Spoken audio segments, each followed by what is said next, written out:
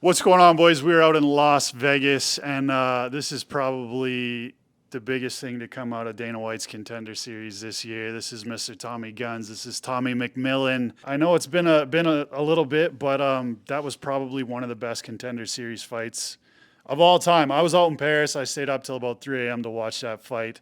I think both of you guys got sent to the hospital to get checked out afterwards, but we're in the UFC now, right?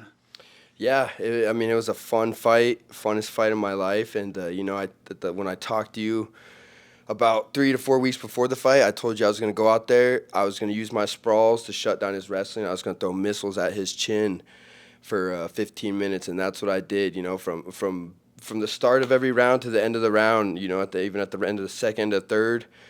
I had him back up against the fence, throwing missiles at his chin the whole time, so that's why I went out there and did.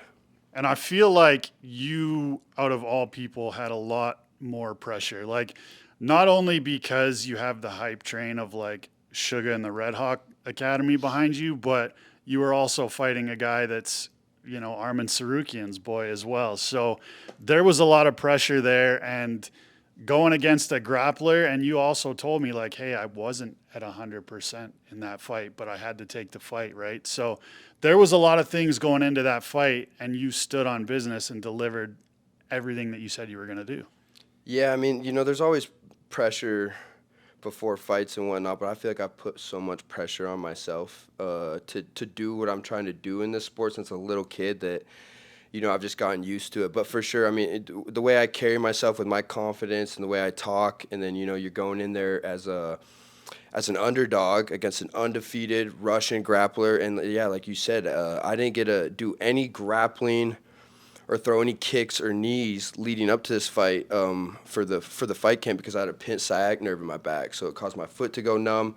I dealt with that in the last 2 fights before this fight, and but there's no way I was missing out on Contender Series again, and so I made it to the fight, and we got the job done, dealing with adversity, and I grew a lot, and I wouldn't have it any other way, the way the fight played out, because it's gonna make my next few performances that much better now.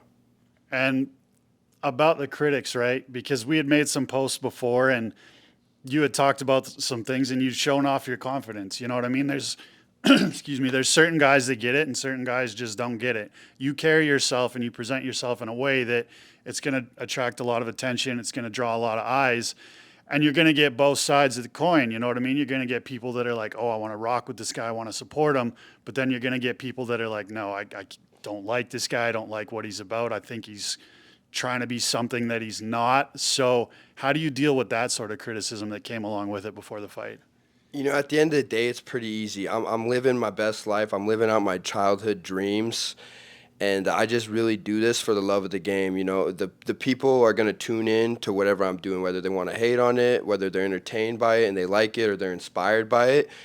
Either way, I'm doing my job because they're gonna tune in, and that's what I'm supposed to do. And I don't really care if people like me or they hate me. I'm here to make a fortune for me and my family and become one of the greatest to ever do it, and that's what I'm gonna do. So regardless, love it or hate it, like, I'm gonna do it.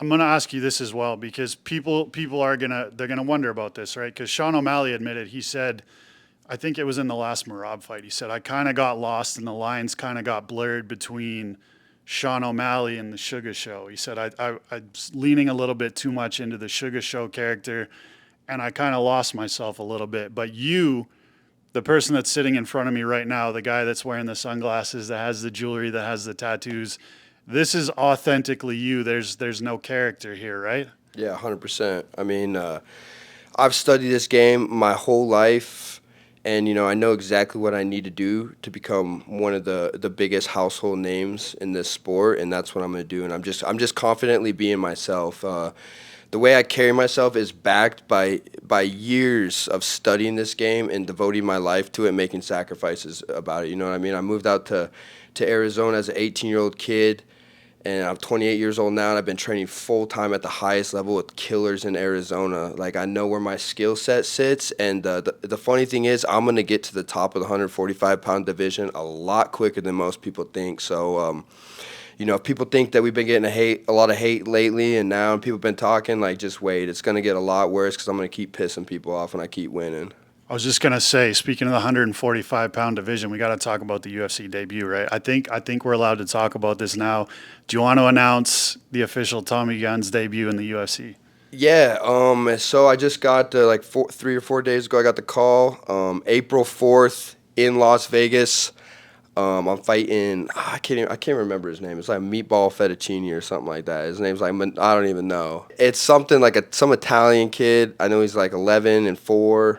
He's 5'8". He's a striker. It's a great matchup for me. I'm gonna go out there. I'm gonna do my thing. I'm gonna put this kid's lights out. This has got a 50, 100K bonus finish written all over it, and I'm gonna give the people what they want. Do you practice before you get on the microphone, or is this just like does this just come straight from the heart? No, I just got done at the gym. Me and my boy JoJo smoked the joint after the gym. Like I'm high as just chilling. So yeah, no, this is just natural, bro. Like I've been saying, this isn't something like I didn't just stumble upon this sport as like an 18-year-old, 16-year-old kid, dude. I've been dreaming about these moments since a little kid. I used to lay in bed pissed off at night because I wasn't old enough to be in the UFC. You know, I saw the UFC as a way that I could change my life and change my family's life and help the people around me. And I've devoted my life to it, and I'm willing to die about it. That's what you guys saw in my last fight. Like, you know what I mean? I'm going against the undefeated Russian in the last fight, the grappler. You know, the American fighter usually never wins that matchup as an underdog. And we went out there, and I showed everybody that I stand on business, and I'm truly willing to die in that cage before I lose. And you guys are going to get that from me every time I fight. Listen, this man has probably some of the biggest support that I've seen from anybody that's just, not only debuting in the UFC, but this was going into Contender Series. Like, my DMs were blown up probably more than any fighter I've ever interacted with that's, new to the UFC. Everybody's like, yo, you got to talk to Tommy. You got to get Tommy on. So what do you have to say to all the people that support you, and also your message to people that might be watching you for the first time in April? I have nothing but love for all those people. I just want to say thank you from the bottom of my heart. I truly do this for the people that love the sport and support me along my journey. And I give back to my community as much as I can. You know, I'm always streaming on Twitch, and I just talk to all my day one supporters like all day. Like I have relationships with these guys. Like I know like 50 of them by name that I talk to every day that have been supporting me for the last 3 to 4 years. So I got nothing but love for those people.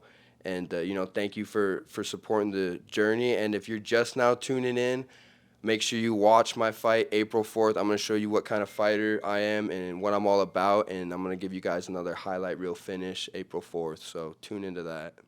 I'm Shawnee Mack with Full Set MMA. That's Tommy Gunz. That's Tommy Mcmillen. We're out here in Las Vegas. Appreciate you, brother. Hey, thanks.